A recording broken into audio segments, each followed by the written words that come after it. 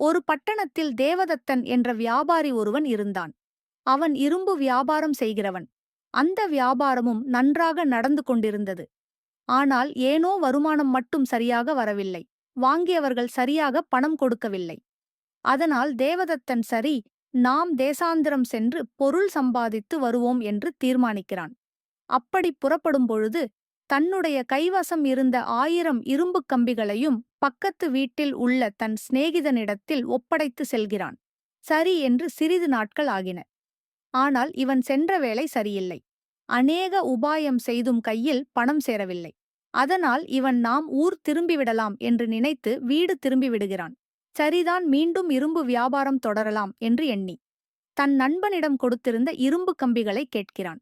இவன் ஊருக்குப் போயிருந்த சமயம் இந்த இரும்பு கம்பிகளுக்கு நல்ல கிராக்கி ஏற்படவே அந்த பேராசைக்கார நண்பன் எல்லா இரும்பு கம்பிகளையும் நல்ல விலைக்கு விற்று பணமாக்கிக் கொள்கிறான். சரி, அதை அவனிடம் கொடுத்திருக்கலாம்.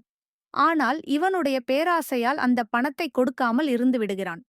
உடனே அவனிடம், அடடா, நான் எவ்வளவோ கவனமாக பார்த்து கொண்டேன். அப்படியும் உன்னுடைய இரும்பு கம்பிகளை எலிகள் வந்து ஒன்று விடாமல் தின்றுவிட்டுச் சென்று விட்டன என்று கூறுகிறான். தேவதத்தன் மிகவும் அதிர்ச்சி அடைகிறான். அப்படியா நடந்துவிட்டது? நல்லது என்று கூறி வீட்டிற்கு வந்துவிடுகிறான். தேவதத்தன் அதே யோசனையுடன் இருக்கிறான். சில நாட்களுக்குப் பிறகு வழக்கமாக தன் வீட்டுக்கு விளையாட வரும் சிநேகிதன் வீட்டுக் குழந்தையை வேறு வீட்டிற்கு கொண்டு போய் ஒளித்து வைத்துவிட்டான். வெகு நேரமாகியும் தன் குழந்தை வீடு திரும்பாததால் சிநேகிதன் தேடி வருகிறான். ஆமாம், இங்கேதான் விளையாடிக் கொண்டிருந்தான் உன் குழந்தை. ஆனால் ஒரு பெரிய பறவை வந்து குழந்தையை தூக்கிக் கொண்டு போய்விட்டது. நான் எவ்வளவோ முயற்சி செய்து பார்த்தேன். என்னால் முடியவில்லை என்று சாசவாசமாக கூறுகிறான். அந்த சிநேகிதனுக்கு வருத்தம் ஒரு பக்கம், கோபம் ஒரு பக்கம். ஆத்திரம் மேலிட்டால் அப்பொழுதே தேவதத்தனைப் பற்றி இழுத்துக்கொண்டு அரசனிடம் செல்கிறான். அரசனிடம் இந்த துஷ்டன் என்ன சொல்கிறான் என்று கேளுங்கள்.